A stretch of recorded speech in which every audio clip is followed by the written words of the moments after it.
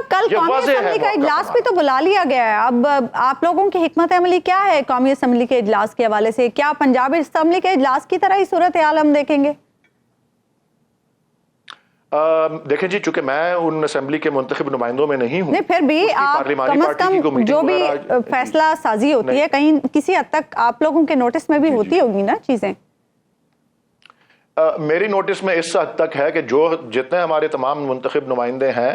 وہ اسلام آباد ہی میں ہیں اور وہ اس اجلاس میں شریک ہوں گے، اور اللہ کرے کہ الیکشن کمیشن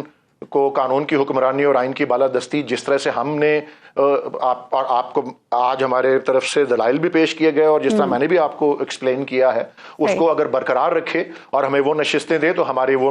مخصوص نشستوں پہ لوگ، اب آئی ڈونٹ نو ہمیں سے لسٹ لی جائے گی، شاید کل تک تو یہ نہ ہو سکے، اسی لیے کل جو اگر یہ فیصلہ اس طرح کا آتا ہے کہ نہیں جی یہ ساری نشستیں اٹھا کے بانٹ دو باقی پارٹیوں میں مال غنیمت کی طرح، تو پھر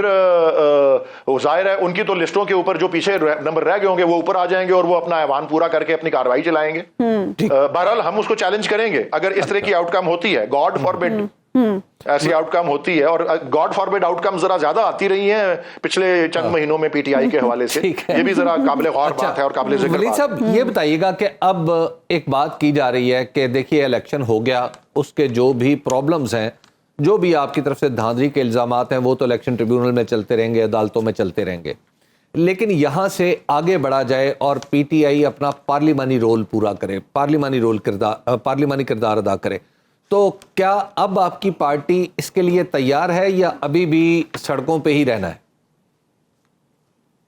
نہیں جی، پارلیمانی کردار اور سڑکوں پہ پرامن اور غیر مسلح احتجاج جو ہمارے آئین کا آرٹیکل 16 جس کا وعدہ کرتا ہے، جس کی گارنٹی دیتا ہے، وہ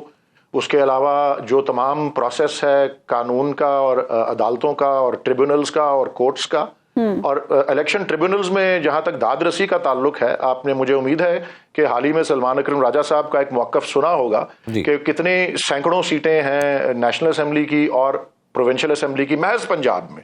اور وہاں 2 الیکشن ٹریبیونلز بنائے گئے ہیں، اور سلمان اکرم راجہ صاحب خاصے منجھے ہوئے اور تجربہ کار وکیل ہیں، جانتے ہیں سسٹم کو، وہ کہتے ہیں کہ جی یہ 2 ٹریبیونلز اگر 10 سال بھی لگا دیں تو یہ فیصلے نہیں ہوں گے، اور وہ ٹھیک کہہ رہے ہیں کہ 2013 کے فیصلوں پہ بھی کئی جگہوں پر ابھی تک پینڈنگ ہیں جو ٹریبیونلز میں اور پروسیس میں جو سپریم کورٹ تک اپیلے گئے ہیں، تو اس کا تو مطلب نظام عدل کے ذریعے کوئی کسی قسم کی برق رفتار فیصلے تو صرف عمران خان کے خلاف آئے ہیں جو کہ جیل کے اندر آئے ہیں، اس کے علاوہ تو ہمیں کوئی مثال نہیں ملتی کہ وہاں کوئی داد رسی کسی بر وقت ملے گی، لیکن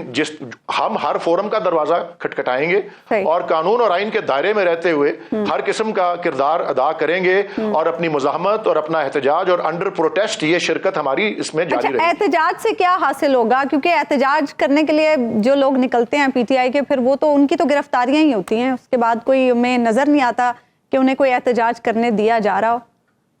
تو پھر حاصل کیا ہوگا اس سے؟ گرفتاریاں ہی ہوں گی بلکہ آپ لوگوں کے لوگوں کی۔ ہاں جی، اس کا ابھی بھی وہ پچھلے 1 سال کا تو ٹریک ریکارڈ اسی طرح کا رہا ہے، 8-9 مہینے کا،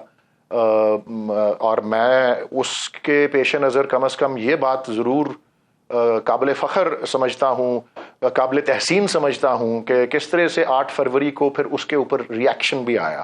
تو مجھے امید ہے کہ اب اپنے سو کالڈ یہ جمہوری حکومتیں جو آ رہی ہیں، جمہوری کوٹ جمہوری ان کوٹ جو حکومتیں آ رہی ہیں، ان کو بھی کچھ اپنے لانگ ٹرم بینیفٹس کا اور لانگ ٹرم ویو لیں گی اس کا کہ یہ ری ایکشن ایک تو انہوں نے دیکھ لیا ہے، اور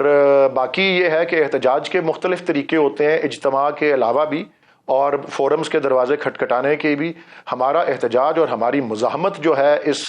کھلی واردات کے اوپر،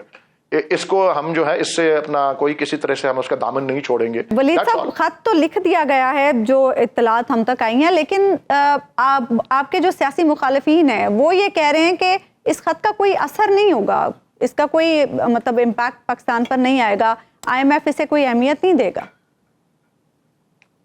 دیکھیں جی، اس کا جواب تو میں نہیں دے سکتا، اس کا جواب تو پھر آئی ایم ایف